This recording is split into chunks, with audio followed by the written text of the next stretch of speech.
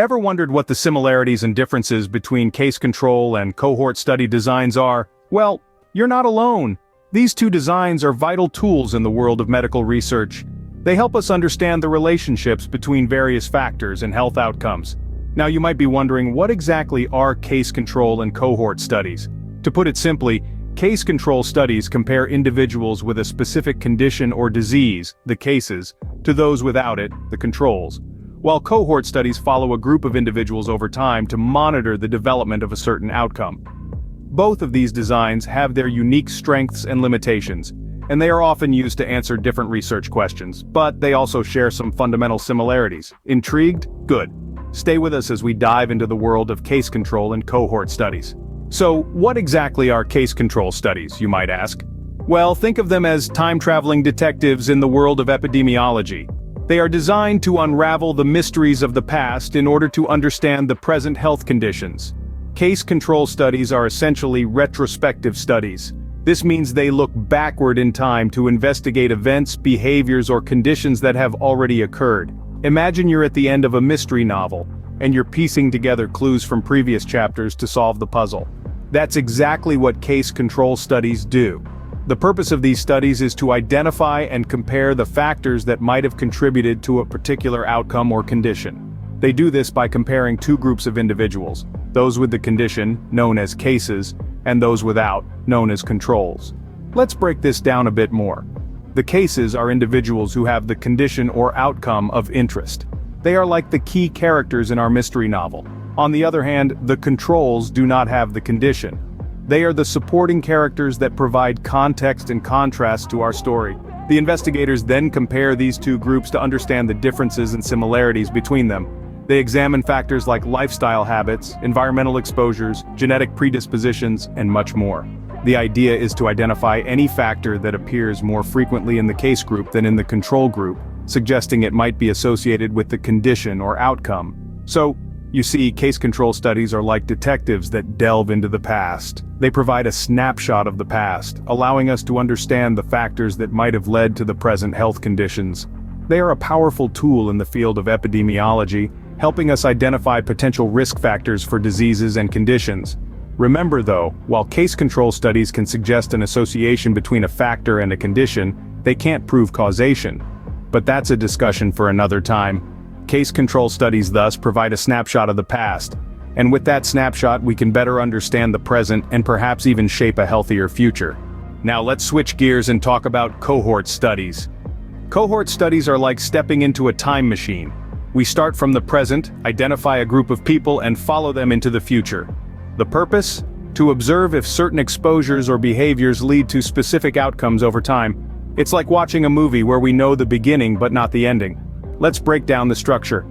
A cohort study begins with a cohort, a group of individuals who share a common characteristic or experience within a defined period. This could be anything from having a specific job to living in a particular area. The key here is that at the start, none of them have the outcome of interest, such as a certain disease. Now within this cohort we identify two subgroups, one that has been exposed to a certain factor and another that hasn't. For instance, one group might be smokers and the other non-smokers. The beauty of a cohort study is that it's prospective. We're looking forward, not backward. Next, we follow these groups over time, keeping an eye out for the outcome of interest. Let's say we're studying the impact of smoking on lung cancer. We'd watch and wait, noting who develops lung cancer and who doesn't. Throughout this process, we're comparing the rate of the outcome in the exposed group to that in the unexposed group. If the rate is higher in the exposed group, we might conclude that the exposure is a risk factor for the outcome. But remember, cohort studies are observational, not experimental. We're observing real-life scenarios as they unfold, not manipulating variables in a controlled environment. This means while they can show associations, they don't prove causation. One of the key features of cohort studies is their ability to study multiple outcomes from a single exposure. For instance, smoking can be linked to not just lung cancer, but heart disease, stroke, and a host of other conditions.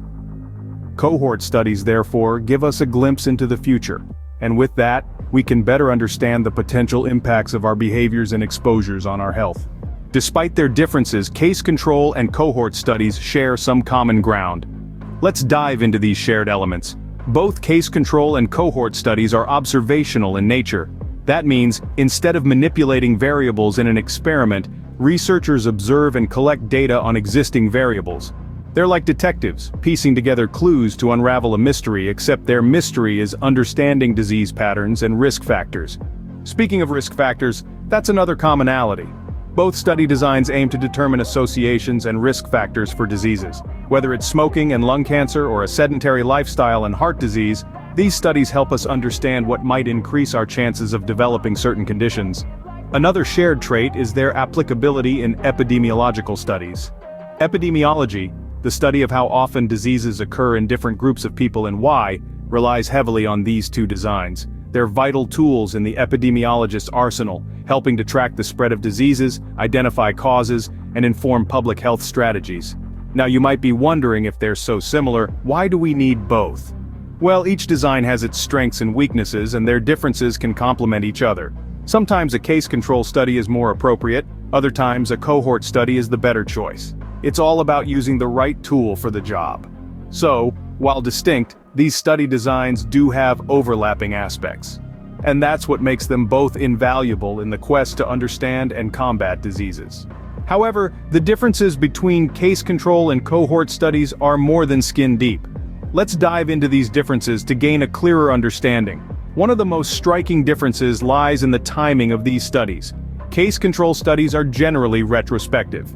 This means they look back in time to examine what might have caused a disease or condition.